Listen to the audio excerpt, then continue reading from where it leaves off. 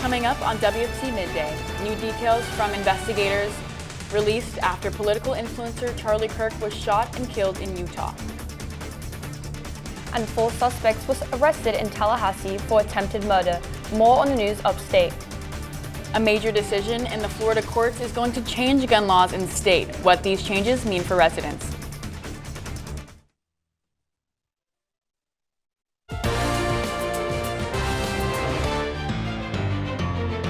You're watching WUFT Midday.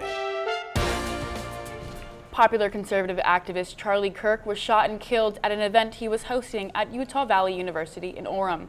Witnesses say thousands of people gathered at Utah Valley University to hear him speak when someone fired from a rooftop. This is WUFT Midday. I'm Isis Snow. And I'm Caroline Deslandes.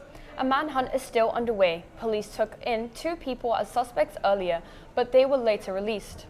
New information has been released following the death. According to FBI, the investigators have recovered the firearm used to kill the conservative commentator. An FBI laboratory is analyzing the high-powered bolt-action rifle. Investigators have also gathered a palm print, forearm imprints, and video of the suspect. NBC's Bofta Yenyam has latest details on this breaking story.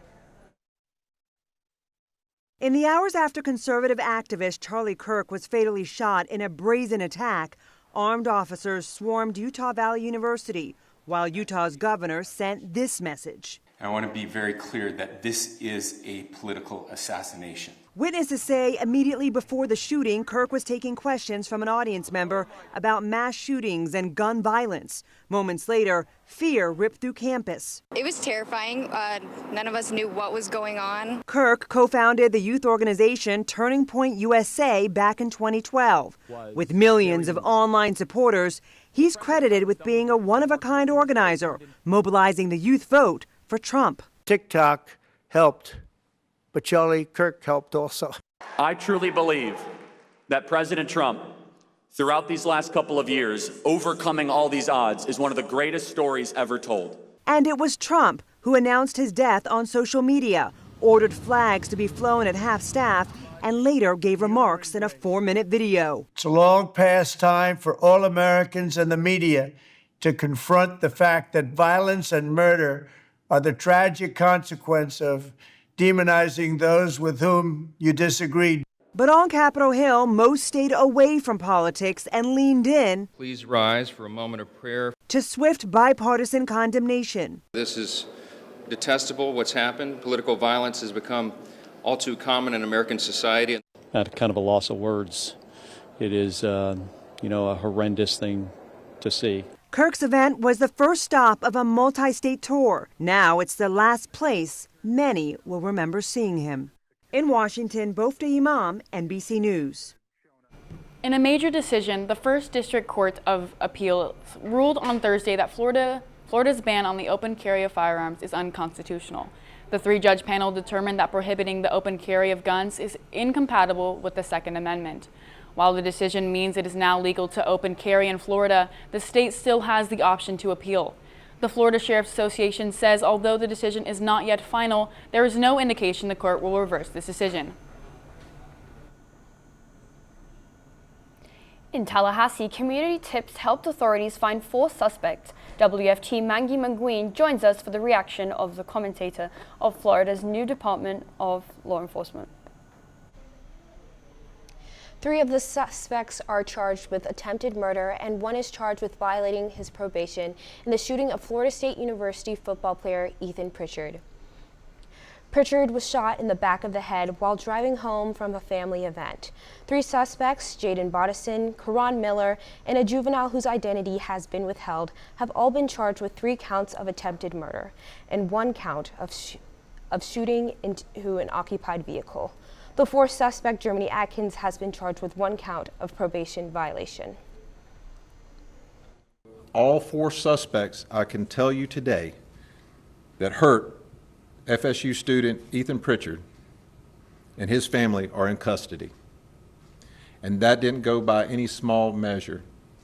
That took the community to actually add value, to give tips and leads for this tragic, senseless shooting in our community. 4-star recruit after an impressive high school career. recording 75 tackles in his junior year. He was initially a safety before swapping to be a linebacker, according to FSU. Live and in the studio, Mangwin, WUFT News. Tampa police say that one person died and 5 others were injured when shots rang out at an apartment complex early Thursday morning. Police responded to just the scene after 1 a.m. and immediately found 3 other victims outside.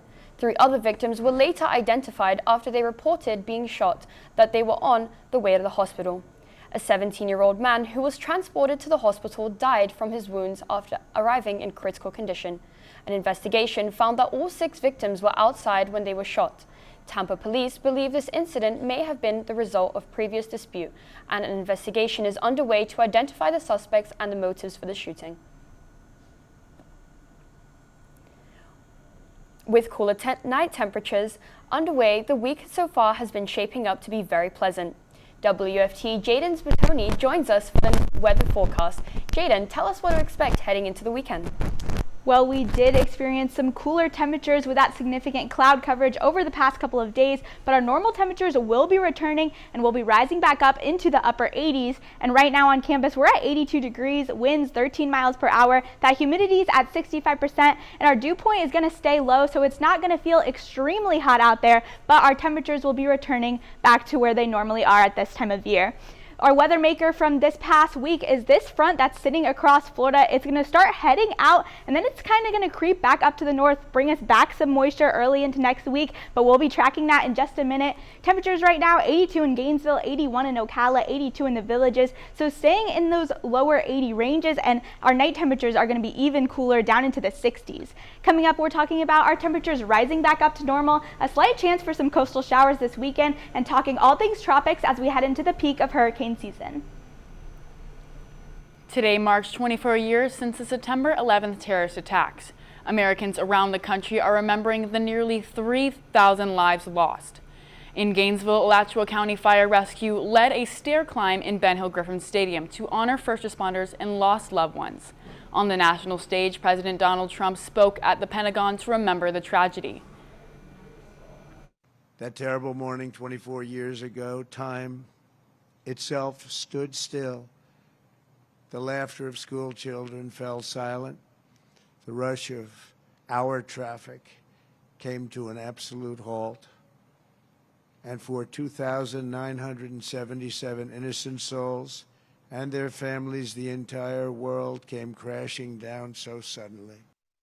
Later today, Vice President J.D. Vance was scheduled to visit New York for a 9/11 remembrance event, but he canceled his trip to visit Charlie Kirk's family in Utah. Today is the day Florida Board of Governors votes on whether to keep its current interim president, Dr. Donald Landry. The board will meet in Sarasota this afternoon at 3 p.m. to make the decision. He is expected to win the board's approval and will succeed former President Ken Fox.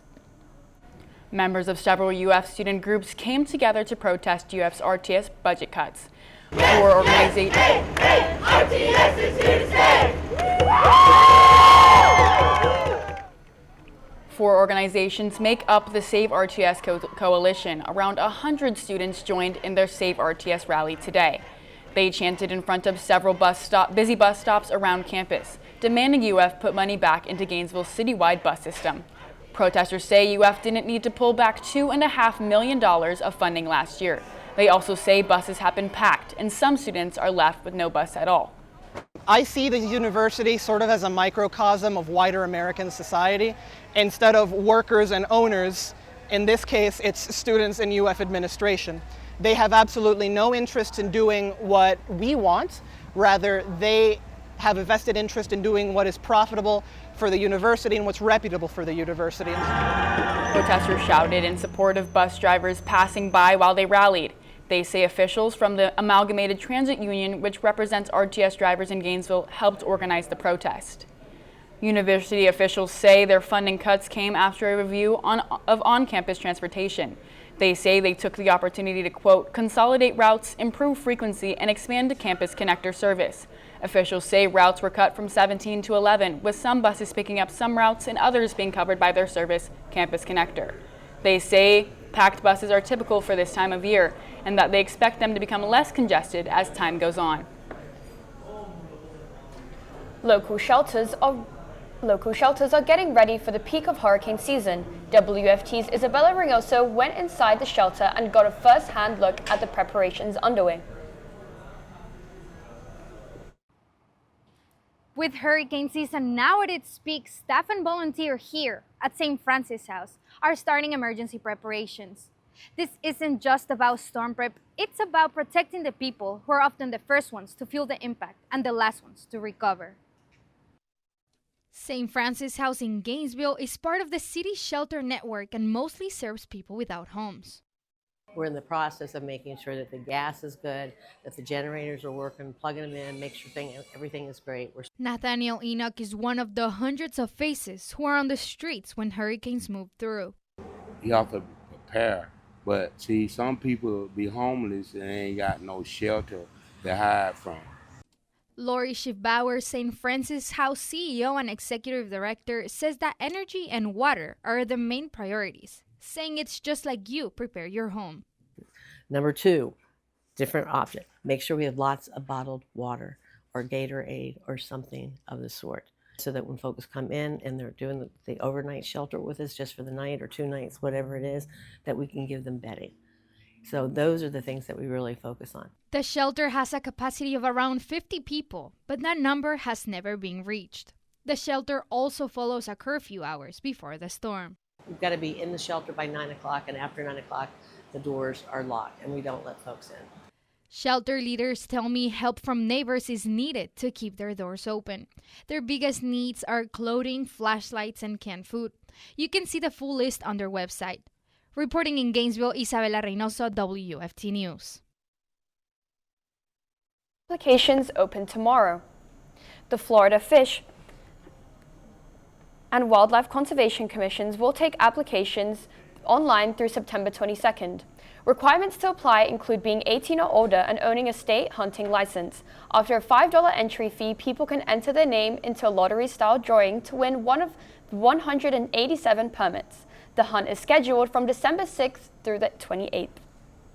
Ocala's early voting for all registered voters is underway. Ballot stations will be open until Saturday, September 13th. All voters are encouraged to come in and cast a ballot in person prior to Election Day. General voting will be held September 16th. You're watching WUFT-TV News. Let's head over to our live traffic cam overlooking I-75 and Williston Road in Alachua. Traffic is moving smoothly during your noon lunch hour with beautiful clouds in the skies. UF forecaster Jaden Bertoni is live in weather. Jaden. That's right, we had some significant cloud coverage and some cooler temperatures the past couple of days, but don't be fooled, it's not fall yet. And we're back in the 80s, 82 degrees right now on campus, winds about 13 miles per hour, humidity at 65%, and our temperatures are returning to that normal mid-80s range. We're at 82 right now in Gainesville, 81 in Ocala, 83 in the Villages, but those temperatures this afternoon are going to creep back up to the upper 80s, but our heat index, it's not going to feel too hot out there because our dew point is staying low. There's not too much moisture, so temperatures will feel a little better, but they're going to creep back up, not quite to 90s though. We're at 89 in Gainesville this afternoon, 88 in Ocala, 89 in the Villages, 85 in Jacksonville, and 84 in St. Augustine. And our low temperatures are getting really low as well. 68 degrees in Gainesville, 69 in Ocala, 70 in the Villages. And we will be returning to our more warmer temperatures from our cloudy conditions last week. Here is the front that was causing all of our weather this past week. It's going to continue to cause some showers in South Florida, but conditions are going to clear up for us here in North Florida. Let's take a look at it. We can see lots of cloud coverage, but all those showers are pushed offshore, and it's going to stay that way. We could see some creep in. Maybe Daytona Beach will get a couple of showers, but conditions pretty clear as far as rain goes here in North Florida. Looking at our futurecast, this is that front that we've been tracking all week. It's going to start pushing out. Still, South Florida is pretty much covered in showers. It's going to creep a little bit to the north, bring that moisture back up north, and we are going to see some showers early next week return. But for now, we're staying dry. As we head into the peak of hurricane season, it's been pretty quiet this past week, but this morning we got a new chance of development. This yellow blob here, 30% chance of development in the eastern Atlantic off the coast of West Africa, and we'll be tracking it as we head into the most active time of our hurricane season. For the next 7 days, staying in the 80s up through Monday, increased chance for showers this weekend and heading into early next week, but our lows staying in that 60s to 70s. In consumer news, Spotify is finally launching high-quality audio. It's called Lossless Audio, high-definition CD quality streaming sound. Lossless will be free for premium subscribers, and Spotify is rolling it out in about 50 countries around the world over the next 2 months. Lossless has been a long time coming. Spotify first announced plans for the feature in 2021, but later put in plans on hold. Spotify recommends using lossless while connected to Wi-Fi with wired headphones or non-Bluetooth speakers. Now let's head over to our Noticias partners for a look at today's top stories for our Spanish language audience.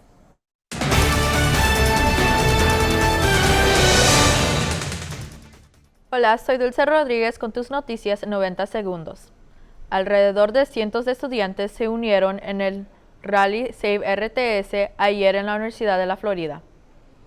4 organizaciones conforman la coalición Save RTS y se unieron frente a varias paradas de autobuses ocupadas en el campus, exigiendo que UF reinvierta dinero en el sistema de autobuses municipal de Gainesville. Los manifestantes dicen que UF no necesitaba retirar $2,5 millones en financiación el año pasado. También dicen que los autobuses han estado llenos, causando que algunos estudiantes no puedan usar el autobús en lo absoluto. Los manifestantes gritaron en apoyo a los conductores de autobuses que pasaban mientras se manifestaban y oficiales del sindicato de tránsito, quienes representan los conductores, ayudaron a organizar la protesta. Miles de personas en Nueva York y alrededor del país toman un momento para recordar a todas las personas que murieron el día 11 de septiembre hace 24 años. En la Plaza Memorial de Manhattan hacen memoria a todas aquellas personas que murieron en el atentado y a los sobrevivientes también. Además, hicieron homenaje a los rescatistas y los 409 miembros del Departamento de Bomberos que han muerto debido a enfermedades causadas por esta tragedia, incluyendo 39 en los últimos 12 meses. También, hoy hay otro evento memorial en el Pentágono, donde el presidente Donald Trump y la primera dama Melania Trump han sido registrados para atender. El activista conservador Charlie Kirk, de 31 años, fue asesinado durante un rally en la Universidad de Utah Valley. Kirk, aliado cercano del presidente Donald Trump, recibió un disparo en el cuello ayer al mediodía. El gobernador de Utah describió el tiroteo como un asesinato político y las autoridades están todavía buscando al culpable. No obstante, esta mañana información que oficiales han logrado rastrear ciertos movimientos y encontraron un rifle de alta potencia que sospechan es el arma homicida. Actualmente el FBI se está encargando de analizar las huellas y impresión del calzado. Estas fueron tus noticias en 90 segundos. Gracias por sintonizarnos.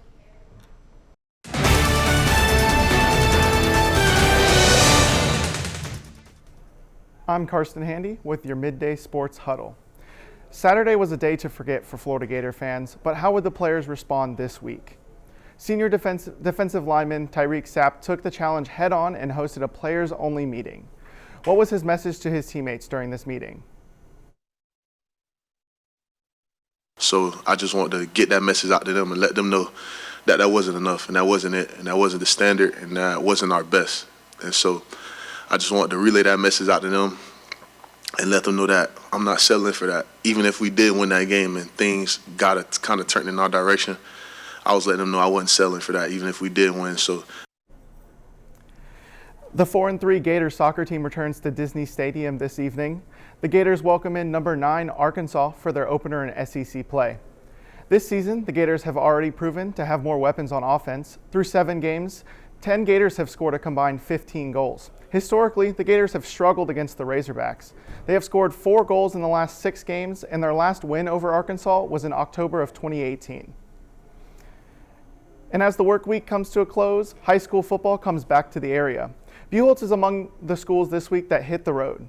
This week marks the first time the Bobcats have hit the road this season.